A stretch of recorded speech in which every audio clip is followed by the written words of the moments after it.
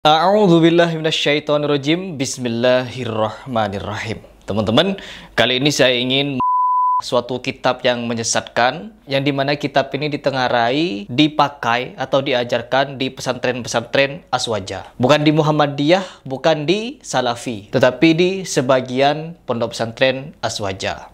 Yaitu kitab-kitab tentang seksual, ya, kitab-kitab tentang berhubungan intim dan lain sebagainya, yang dimana kitab ini kalau dibaca oleh orang-orang non-muslim sungguh akan membuat citra Islam itu turun. Saya tidak percaya, teman-teman. Setelah saya nonton videonya Ning itu, Duo Ning yang kemarin saya reaction, yang ini, di situ Duo Ning ini masih percaya kepada takhayul, percaya terhadap khurafat. Apa yang dia ucapkan adalah khurafat, teman-teman, dan ternyata khurafat itu didapatkan dari kitab yang diajarkan kepada mereka. Ya, kemungkinan besar diajarkan. Dan saya menyebutnya primbon, karena primbon itu adalah suatu ajaran atau faham yang dimana mereka meyakini ada perkara-perkara, pantangan-pantangan di hari-hari tertentu, di cara-cara tertentu, dan di suatu tempat tertentu. Ini primbon. Misalkan hari Rabu tidak boleh begini begitu, di hari Kamis boleh begini, hari Selasa begini, hari Sabtu begini. Ada pantangan-pantangan hari, ada pantangan-pantangan jam, ada pantangan-pantangan momen, yang dimana mereka itu ada saat-saatnya untuk menempatkan diri dalam perkara tertentu. Contohnya seperti seksual. Di dalam Islam, teman-teman,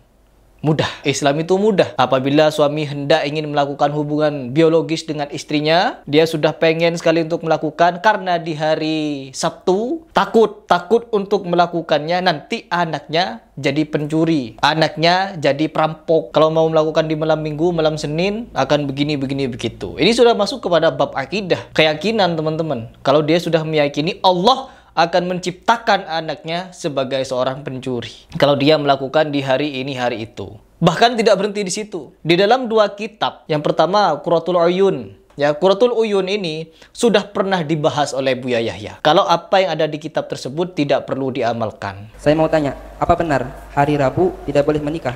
Saya baca dari kitab Qurratul Uyun. Nggak ada. Anda boleh hari Rabu, malam Rabu, hari Jumat, malam Jumat. Nikah kapan saja boleh, lebih cepat lebih bagus. Betul. Boleh hari Rabu, hari Kamis, nggak ada itu. Nggak ada larangan menikah di hari-hari tertentu. Tuh. Jadi begitu, teman-teman. Ya, kalau kita belajar kitab, belajar buku, ya, berbahasa Arab begitu ya. Kadang-kadang orang itu memberikan pemahaman-pemahaman yang cukup sakral dengan menggunakan kitab sebagai landasan. Oh, ini kitab loh. Padahal bahasa Indonesianya kitab buku. Biar terkesan sakral begitu ya. Ya, kalau mau menulis kitab kepada orang-orang Indonesia, ya tulislah kitab dengan berbahasa Indonesia. Boleh beberapa bait kasih Arabnya, lalu kasih terjemahannya agar kita belajar. Mentang-mentang kalian paham bahasa Arab, lalu kalian nulis kitab berbahasa Arab full. Mau dijual kemana? Mau diajarkan ke siapa? Saya dulu sebelum bisa baca Al-Quran, teman-teman, saya mendalami bahasa Inggris. Saya kalau mau menulis buku dengan berjudul bahasa Inggris, dengan bertuliskan bahasa Inggris, dan saya jual ke Amerika, ke Inggris, bisa. Misalkan saya menulis buku, when the only tool you have is a pen, then you will tend to see every problem like books. Bisa. Kalau saya mau menulis buku dengan berbahasa Inggris, sangat-sangat bisa. Sama halnya dengan kalian yang sudah puluhan tahun nih mondok. Kalian setiap hari belajar bahasa Arab, akhirnya bisa bahasa Arab. Kalian nulis buku bahasa Arab, jual ke Arab, bisa. Kalau mau di Indonesia dan mau mengajarkan orang awam, kutip dari Al-Quran, ayat dari Al-Quran, bahasa Arabnya, lalu terjemahkan di bawah. Begitu. Memang betul bahasa Arab itu penting. Saya pun mau belajar bahasa Arab. Tetapi saya masih belajar bagaimana untuk memantapkan diri dalam pembacaan. Bagaimana tajwidnya, bagaimana makhrijul hurufnya. Karena apa? Saya masih kaku dalam bacaan. Bacaan saya tidak sebagus itu. Saya masih belajar membaca, saya juga belajar murattal meskipun sedikit-sedikit seperti ini. Alam أعهد إليكم يا بني آدم ألا تعبدوا الشيطان إنه لكم عدو مبين وأن اعبدوني هذا صراط مستقيم. Saya belum fasih membaca Al-Quran. Butuh proses dalam belajar. Begitu. Jadi kalau ada orang yang mengkritik Harry Pras baca Al-Quran, salah total. Iya, salah total. Kalau kalian menganggap bacaan Al-Quran itu segalanya, maka bagaimana dengan bacaan Al-Habib Umar? Ya, bagaimana? Muhammadur Rasulullah walladzina ma'ahu asyidda'u 'alal kuffari ruhama'u bainahum تراهم ركعا سجدا يبتغون فضلا من الله ورضوانا سيماهم في وجوههم من أثر السجود ذلك مثلهم في التوراة ومثلهم في الإنجيل كزرع أخرج شطأه فآزره فاستغلظ فاستوى على سوقه يعجب الزراع ليغيظ بهم الكفار وعد الله الذين آمنوا وعملوا الصالحات منهم مغفرة وأجرا عظيما. Kita tidak boleh berlebihan membela beliau. Artinya gini, berlebihan itu adalah kita menganggap benar padahal itu salah. Jadi kita boleh saja ya berdiam nggak mau mengomentar ya nggak apa-apa. Tapi kita nggak boleh mengatakan bahwa bacaan beliau itu benar semua. Artinya kan banyak loh teman-teman di media saya lihat itu di medsos ya.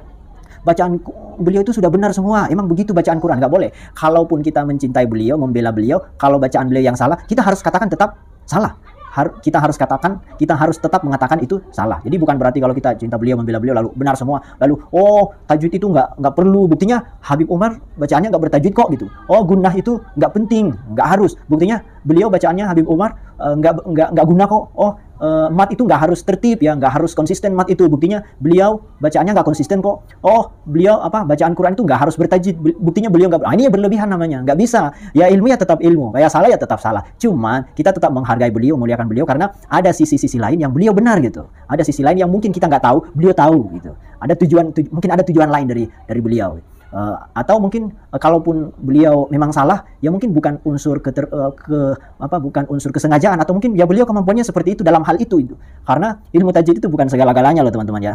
Jangan menganggap kita paham tajwid, kita ulama ya, nggak bisa. Ilmu tajwid itu hanya sebagian dari ilmu yang lain. Jadi mungkin beliau kurang dalam ilmu tajwid, dalam ilmu yang lain kan, dalam ilmu hadis, ilmu tasawuf, ilmu tafsir, beliau kan pakar sekali gitu. Jadi jangan sampai kekeliruan beliau dalam satu sisi, dalam sebagian kecil sisi, lalu menganggap kemuliaan beliau yang lain, kelebihan yang lain tidak dianggap. Nggak bisa begitu ya.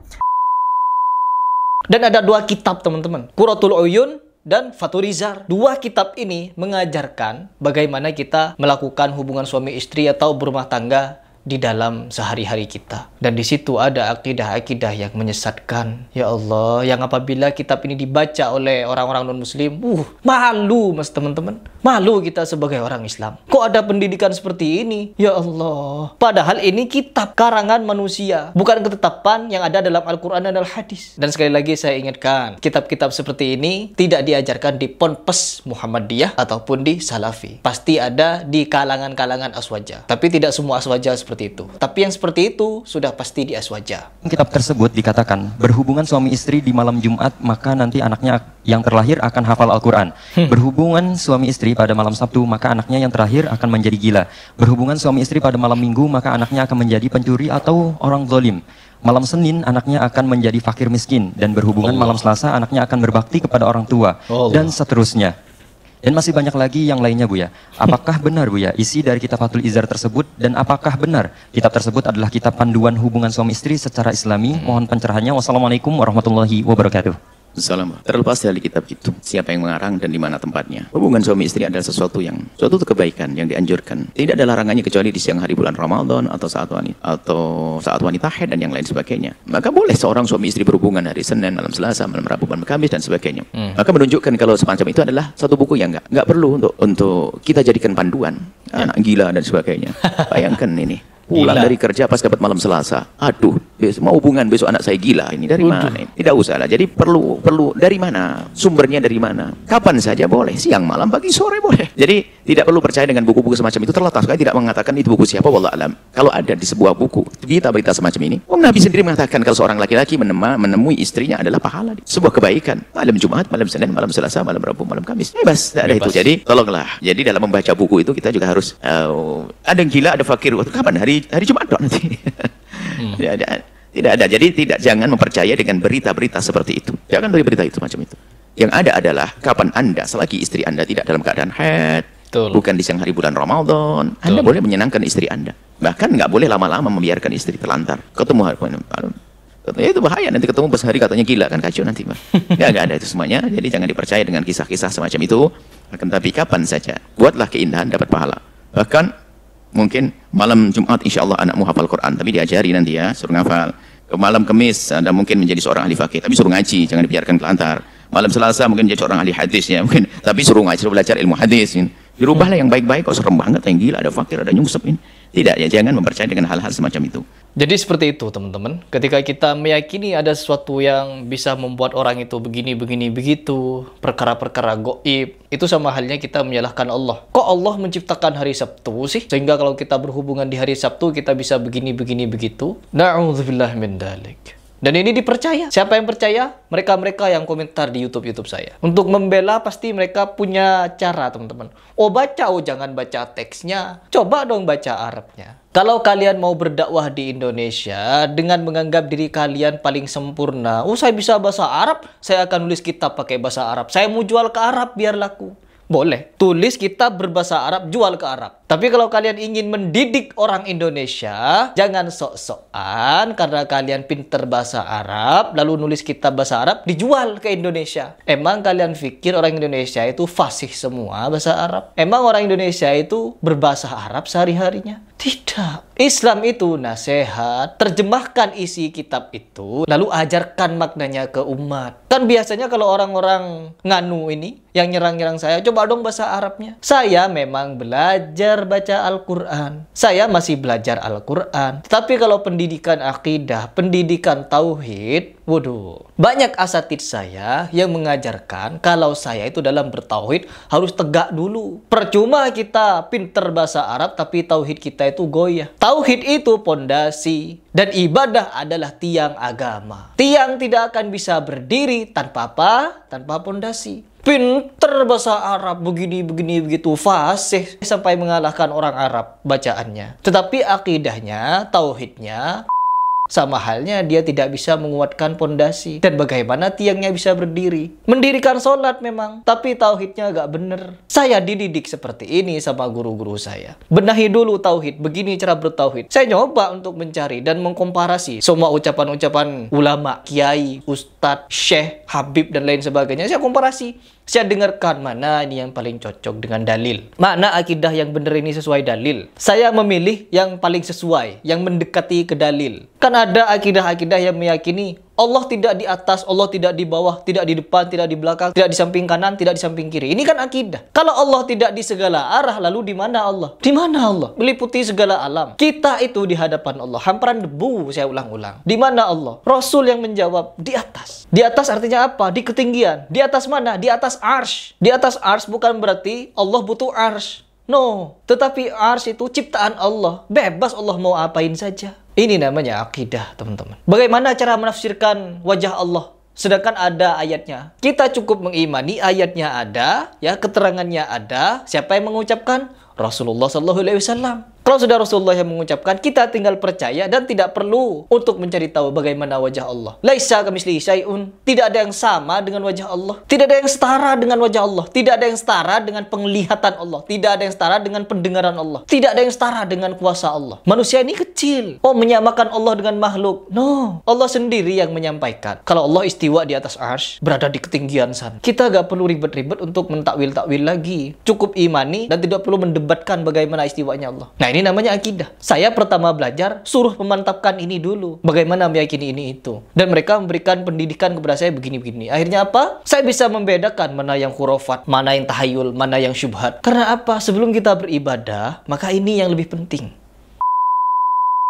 Betapa malunya orang berceramah malah yang diurus adalah masalah ranjang. Dan masalahnya dibahas tentang sesuatu akidah yang menyesatkan seperti ini. Allah, Wahabi teman-teman. Pasti ketika ada orang yang mengkritik seperti ini, salah Wahabi. Karena apa? Mereka paling benar. Pokoknya tidak boleh dikritik mereka ini teman-teman. Anti kritik. Semuanya yang mereka ajarkan benar. Total.